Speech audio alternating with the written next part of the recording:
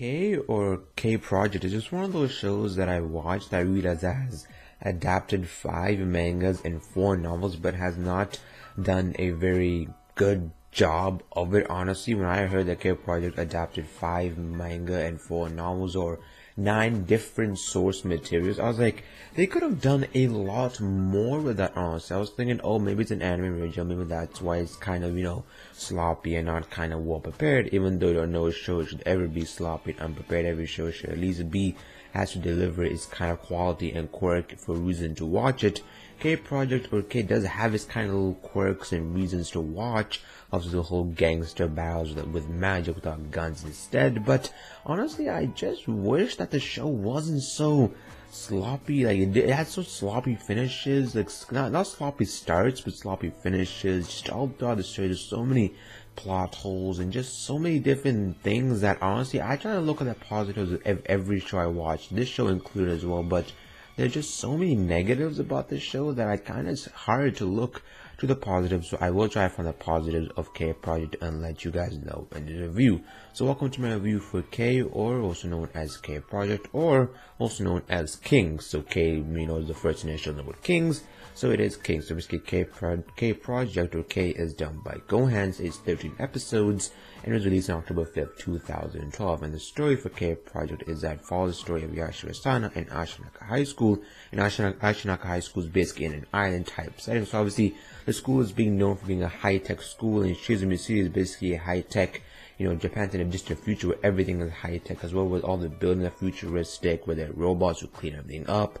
So, as you explore the show, you can see the different settings, how it's different from today's society as well. So basically, it's a whole new society as well with kings. Basically, they have clans, and they have their clan and have clansmen, and kings are basically more powerful than prime ministers and more powerful than politicians. They're basically the most powerful people in Japan. There are 7 of them: the colorless king, the red king, blue king, green king, if I'm not correct, they didn't show the green king, the silver king, the gold king, and I believe there was I can't remember the other one. I believe they're missing 1 king as well. But if I did forget to mention the king, let me know in the comment section below, because sometimes I will forget some certain details. So obviously they show all these kings off, and basically Yashiro Sana, our main character, is basically going to high school in Ashinaka High School. He's very clever, he's very, quirky, he's just very excited. He's just very guy who always forgets his school PDA. He was involved in the murder of Tatsura Totsuka, basically the Red Clansman. Homura's, Mikoto Suo, the 3rd king's basically predominant member. He was involved in the murder of him. The Red Clan is trying to kill the colorless king, who Yashiro Sana is. Apparently in the video they showed him basically killing Tatsura Totsuka. He was in a rooftop, he was recording, so that was one of his hobbies. We got to find more about Tatsura Totsuka and his hobbies he has. He plays guitar, he records video, he collects and stuff. So obviously, Yashiro Sana did kill him to obviously trigger this little, psychic war between 7 kings. Sector 4 being, with the 4th king, Munokata Rias, or Rias Munokata. Obviously him getting involved with Sector 4 being the justice, trying to stop this war from breaking out. And then obviously, all 3 are trying to fight. Yashiro Sana basically tried to make sure he's not the one who did it, because he has amnesia. He has no idea how he even managed to even get the murder. They're trying to prove that he wasn't murdered 2 different episodes, And eventually the story is kind of hollow, actually. There's a lot of plot holes. It's paced too fast. You have no idea what's going on. After the 8th episode, it just gets very, very confusing. You have more questions than you have answers in the question. Also, the story and one part of the characters is actually the weak part. And speaking of the characters as well, the characters just aren't worth mentioning that much, honestly. Sometimes I would take some effort to even bother to, mention the characters as well, but the side characters in this case are way more interesting than the main characters, in my opinion. Mikoto Suo, who's actually the 3rd king, and Munokata, who's been the 4th king, and, Abdul Wiseman, who's been the 1st king, and the Gold King are just, they're more like, worth. The show doesn't even give them the time of day to explain their origins.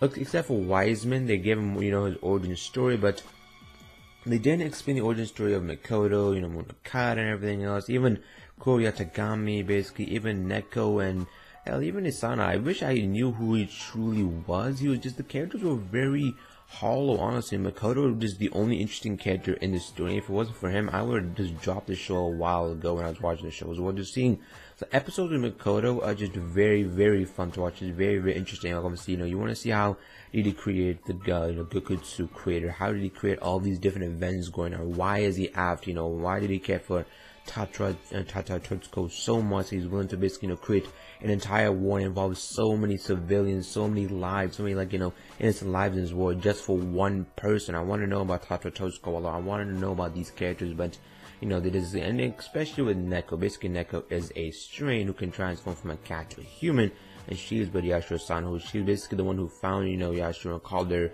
Shiro. Yashiro-san is also known as Shiro by, basically Neko and some other people as well, but, Neko's the one who calls him Shiro mainly. And obviously the fact of, how she character was just basically for fan service as first, but then after episode 8 she became so much more, and that was so confusing because the transition wasn't really even done well. All of a sudden 1 to 7, and then 8 to 13, it was just non-stop, just all this plot, like they were doing one scrape at first, slow scrapes of butter, whatever. Then all of a sudden just really quickly put in the toaster, and that's it. Like they did it very, very fast. They didn't really have a chance to explain it all in the story, because this concept of gangsters with magic powers is just very, very interesting. I'm really into kind of gangster stories, especially with Bakken, who really executed gangster stories very well. I will say I wish K Project executed its gangster story once. Since Bakken was 16 episodes, K Project does not have an excuse for being 13 episodes and not executing the story as well. Even though I do talk a lot of smack about anime being 12 episodes and not really rushed and everything, but this show is just the prime example of just things being rushed. Oh my god, the characters in the story, just things I wish were more fleshed out. Even though there is a sequel movie, I am kind of glad about that, and a second season coming soon. Maybe they can fix all the issues of season 1 with season 2. I'm praying to whatever god or science or anything exists out there. I'm praying that K season 2 just fixes all the mistake of season 1. And especially the ending for the show kind of led you off to maybe a season 2 occurring with the whole first king and the immortal king as well, and just the whole king concept is just very, very interesting. I just wish, honestly, so to summarize what I just said, the story is very filled with plot holes, the characters are just very hollow, you can't really like them.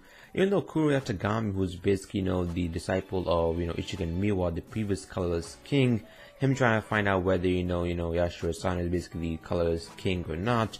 And the colorless king, just, the actual villain of the show, you just get to find out after, figuring 5 to 6 episodes later that he's actually the villain. It's just so hard to explain the show properly, and just trying to script the show.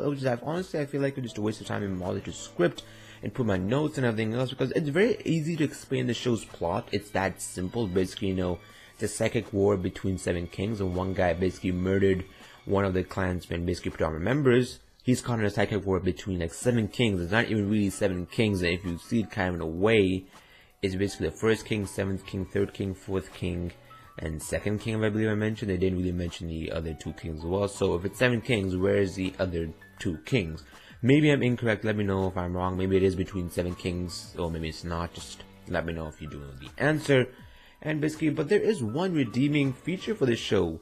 The art style and the animation are just absolutely stellar, fluid, no characters feel out of place at all. Even Neko with her, strange type abilities, her illusion abilities, auditory abilities. Even Neko's character, I should mention that she has, the ability to, play with your memories, pretend that, make people who basically met for the first time be long time friends as well. Just the ability to play the memory is kind of a very scary concept. And being her with, it kind of contrasts her personality. She's basically, a witch, you could say, but she's very cheerful, very happy, everything else. So it kind of contrasts her character in a way as well. Even the message for the show is very interesting as well. But the animation was smooth, the fighting scenes were actually amazing. They were actually bread. They were the best things since bread and butter. It was just absolutely brilliant.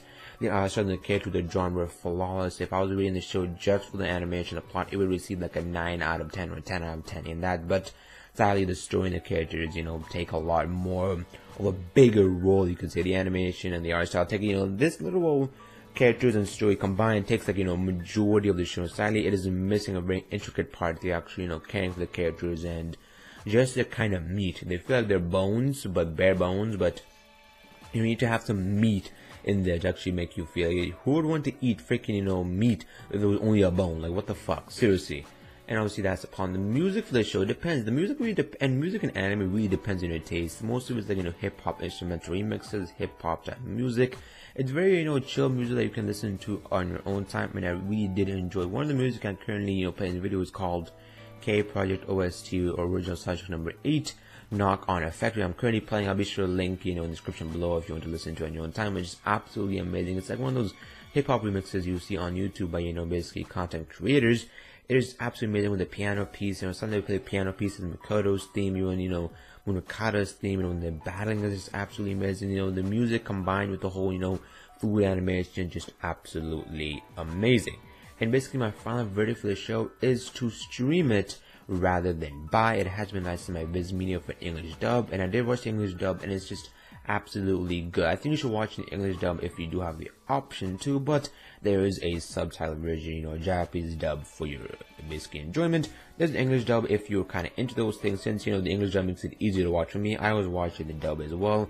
We mentioned start watching the sub and the dub to compare, but the dub was not anything that just annoyed me. Neko's voice did kind of annoy me in the dub, but after 5 to 7 episodes, I did kind of get used to it and did kind of appreciate. I believe the voice actor did a very fantastic job of basically portraying with a female cat would be like if she was a human. Very annoying, very cat-like, very friendly, very just loyal, very protective as well. And all the characters, I'm not saying the characters don't develop, they stay the way they are, but they do develop, but very tiny. They don't develop very much to where you notice. You kind of need to, watch, you kind of need to make a comparison, like, from episode 1 to 13. They do develop just a smidge. They don't develop too much, but they develop enough to obviously it's an excuse of saying they did not develop at all. So if you guys did enjoy the review, be sure to like the video. If you did not enjoy the review, dislike the video. That's your option, your prerogative. You can do that. Comment below if you guys enjoyed the review or not.